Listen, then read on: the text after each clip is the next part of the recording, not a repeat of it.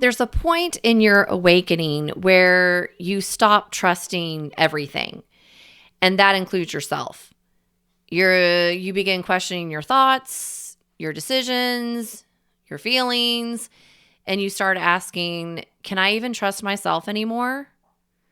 So if you find yourself in this position right now, welcome to Shelby Radio. I am Shelby Carino, and this is episode number 741. And we are going to dive into the topic about learning how to trust yourself again. Because after you wake up and you expand your consciousness, your energy changes, everything changes, okay?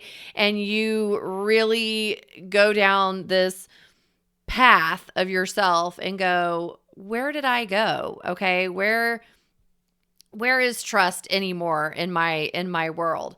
So I just want to start out by saying that this happens to almost everybody.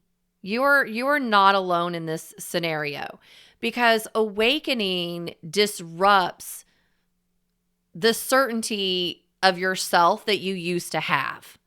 Okay? And it's old. It's an old certainty of self. And awakening comes in and kind of throws it out. And that's what creates this loss of trust within self, within you. Because now you're seeing things differently. And when your reality shifts, then your sense of trust has to begin rebuilding itself. And this is where a lot of people in the awakening process have to learn what projection means. Because we're all psychic, we all have a third eye, we all have psychic energy, and we are natural projectors. We project out onto someone that which we need to see for ourselves until we don't.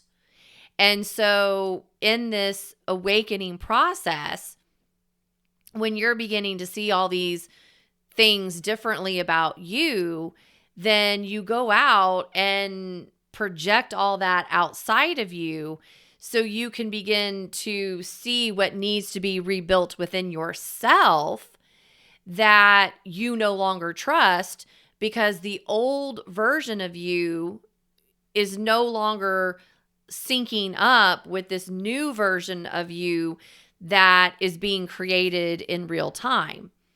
So let's start with, why do you stop trusting yourself to begin with? And then maybe some of you out here are in an objection state where you're like, well, I've never stopped trusting myself. Okay. And well, I'm going to call bullshit on that, because we all reach a level where we don't trust us, or we wouldn't even be here on the planet to wake up. Okay? Because we would be perfect. So we all stop trusting ourselves at a certain point in time. And it's because the old belief systems of ourselves are breaking down. We're realizing that these past choices that we've made in our lives weren't really aligned with where we're going now. I call those free passes. Okay? Like, you get to, especially when you're younger, you get to go out and do all these things and, make the mistakes and not really feel like you have to be responsible and accountable. And, then you grow up and then you're like, oh shit, I can't do that anymore. And then you kind of realize, wow, some of those past choices are catching up to me now. And yeah, it's because they weren't aligned. And now you're aligning the patterns that created your choices. And so when you stop trusting yourself at some level, you're over aware. Right? Like you're aware of maybe too much now. So now you're questioning, oh, is this okay? Is that okay? Because now I see this. I didn't see that before. So my awareness wasn't as big. So my decision making didn't have to be as responsible or accountable. And that was a huge thing for me when I woke up back in the end of basically October of 2011 for the first time. I've woken up many times. Okay, but the first big shazam, holy fuck, I just lit up like a firework. That moment back in the end of 2011, I realized, oh, wow, I have to now become accountable to myself, to my decisions, to the people around me, because I was no longer in this bubble of being a baby, so to speak, in the energies and doing whatever I could with minimal kickback. Now that I had this expanded awareness, I was like, oh shit, if I don't do right by what I'm now aware of, then that kicks back on me and will make my life harder. So talk about a form of military discipline without going into the military. Just have a spiritual awakening. It'll knock you right into alignment. Okay. And that's really what this whole thing in the golden age is all about, is knocking us back into proper alignment. And that's why we have fear of making the wrong decisions, because we don't want to have a kickback. So that's where we go out and seek the mentors or somebody that is further along in the process than we are, so we can navigate and have someone to bounce off of to make sure that we're in check. Okay, so that's when your teachers show up. So maybe I'm a teacher for you, and you'll go down all the informational path that I have, and to keep you in that alignment, to build that trust back with yourself. Okay. So when your reality does shift, then your sense of trust has to rebuild itself. It's just the way it works. And why you stop trusting yourself, like I've said, is that your old belief systems break down. You're realizing your past choices weren't aligned. You're realizing you're over aware. You're realizing that you have fear of making the wrong decisions. And it's not necessarily because you're losing trust. You're questioning what you used to trust. So I even just did a little repeat of normalizing the loss of trust, which is what we do in the beginning, versus why you stop trusting yourself. Because there is no normalization of that. You're creating a new normal. Okay? That's why you're questioning everything. And if you're not questioning everything and you've already moved through that process, well, then you may be in a different process of your awakening. Okay? But that's why we question everything, because we start losing trust with what we knew to be true to begin with. So that's why you hear in spiritual awakening, people say, I don't have your answers. The answers are within. And so when you seek out your teachers and guides and mentors and all that, you're not looking to them for your answers. You're seeking them out to get into a process to validate the answers within. And each teacher, mentor, they all have a different process based upon maybe where they were in their awakening or what their belief systems are. A lot of people put out information here in relation to their belief systems. I caution you on that, because it's a belief system. You want the people like myself who have gone through the process that are putting out that the frequency of the integration piece, because they've integrated, and that way it becomes more truth in your system. Okay. So let me take a breath. This is so much, but I'm going to touch on the overthinking loop, where you're second guessing everything. You're looking outside for validation. You're needing confirmation on everything.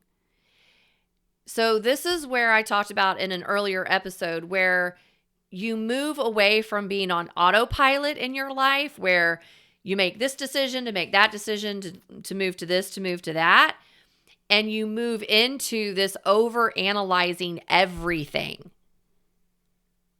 Everything. And I can tell you, I have witnessed this from Joe specifically. When he got to a space in his awakening, oh my God, he's already a Gemini. So he already lives in the twin and logic and analytics, right? He's also a man. So he lives in his left brain a lot. Whereas me, I'm more right brain. But I literally had to watch him just as a Gemini in general, how a Gemini brain, they have confidence on one side of the brain, but then they bring in the next side of the brain and they're like, oh, I don't know. And then you literally watch this ping pong match between their brains, leading to a decision, which is where the overthinking comes in. Well, it's the same thing in spiritual awakening. We're balancing our brains. We're balancing all this information. So we bounce it and then it's really hard to come to a decision because we're over analyzing everything within the structure of what we're questioning. So when I have sessions with my clients, or I'm meeting people just randomly out here and having a conversation, it's the moments that I love the best when I know that I'm harmonizing energy with someone and they get to the place of, oh my gosh, this is what I need to do next. And then I'm like, then go do that. Because I just held the space to run it with them. I didn't have to tell them what to do. I just ran the energy with them, and then they are like, oh, now this is what I need to do. Okay? You want people like that in your world that are aligned, grounded, and balanced in that. If you don't have someone like that, you can utilize me for that. Whether you do it through my courses, whether you do a session with me, whatever you need to do to move you through that overthinking loop to get you to keep moving forward. Okay? I am not a fan of sitting and swirling. This is not fucking sit and spin like we used to have if you're in my age bracket when we were younger. Okay? We're not fucking sitting and spinning this shit. We are going to move forward. Okay? So let's look at what trust actually is.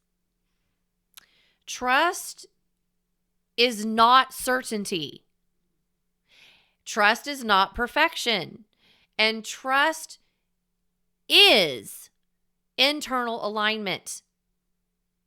Let me say this again. I am so passionate about this topic. Just because you have certainty about something doesn't mean you trust it. Just because something is perfect doesn't mean you can trust it. Internally aligning with you and your frequency, vibration, auric field, psychic, all your communication channels. That's where the trust lives. The trust lives in your internal alignment. And that is why the process of awakening is so special. Because that's what you learn to develop through time. So trust is not about knowing, oh, everything's going to work out. It's knowing that you can handle what happens, whether it works out or not. And so along the road in your life, if you go back in time and look at what might break your own level of trust with yourself, which is why it's called self-trust, it's when you ignore your own signals. It's when you choose things from a place of fear. It's when you go out and people please. It's when you are not listening to your own intuition.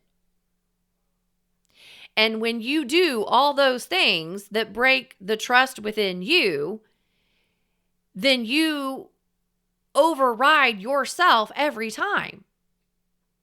And that is what weakens trust. So I help with what I put out online to move you towards rebuilding that trust. But you have to get to a place to see yourself differently, that you are a spiritual being, that you do have psychic energy, that energy is real, that frequency is real, and that it does move. That Holy Spirit of ourselves is ourselves, connected to much more around ourselves. And you have to get to a place where you say, I need help. I can't do this alone. I don't have the information. I need to find someone who's done this that can help me through this. Maybe you've already found it. Maybe you found me. Maybe everything I put out you resonate with. Dive into all of it, just like I did with my mentor. When my mentor showed up on my path, she said, Shelby, take everything I have. I was like, got it. And I do everything she's ever said for me to do within the construct of what I've needed, because she knew. She had the information. And that helped me build my level of trust with myself again, because the goal in all of this is not to need the teacher and the mentor for the rest of your life. If that's what happens, then your teacher and mentor has done a really shitty job. Okay? It's to build you back up to where you now have the tools, the immunity, the boundaries, the understanding, the trust, that now you're just maybe checking in every now and then for a tune-up, just like you would take your car in for an oil change. That's where you want to get an awakening. Not a know-it-all where, oh, I don't need anybody, but the fact that you do bring in the teacher to deal with your know-it-all, and then you really start making changes, real changes in your life. So how do you rebuild this trust with yourself? Well, you got to start with small decisions. What could be a small decision? A small decision could be, I don't have a spiritual mentor. I need one. Okay, well, you're listening to one right now on this podcast. Make the decision. Listen to your body. What is your body telling you? Is your nervous system really overloaded where your body is having all of these physical reactions that are being called immune deficiencies, anxiety? You're popping, pills, you're having surgeries. Like, what is off in your body that might need to be looked at, not just medically, if that's where you're at, but emotionally, spiritually? And then follow what feels aligned for you. I'm a teacher by trade. I've coached. I taught cycling classes back in the day. And it's just so funny. I had these big, bodybuilder men that would take my spin classes, and they would tell me after the class, man, you're like an NFL coach, like you just really motivated and pumped me up. And it's like, yeah, because I always go with what feels aligned in the moment, and I know how to help move people through what maybe they can't push through. And if it scares you, fine, but you still got to push through it. And if you need a teacher, a mentor to do that, that'll, tell you, hey, stop, move in this direction, well, I might be a good one for you. Because you got to stop outsourcing your decisions. Stop talking to, your friend Susie over here. Stop sleeping with, Brian over here, and then jumping over here to Josh, and then going and crying to your friend Emily that you went and did this because you're over here trying to put a place for all of those emotions.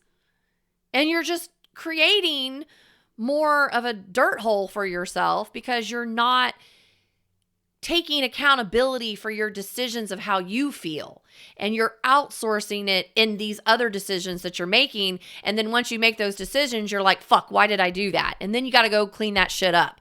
Okay, so let's stop that now and start to begin building your trust in small moments.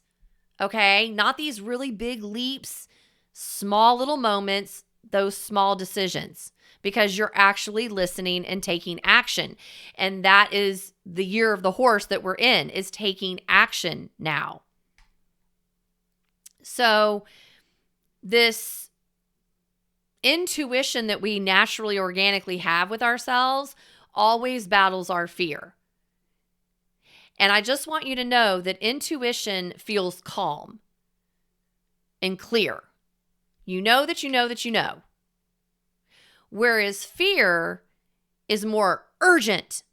It's loud.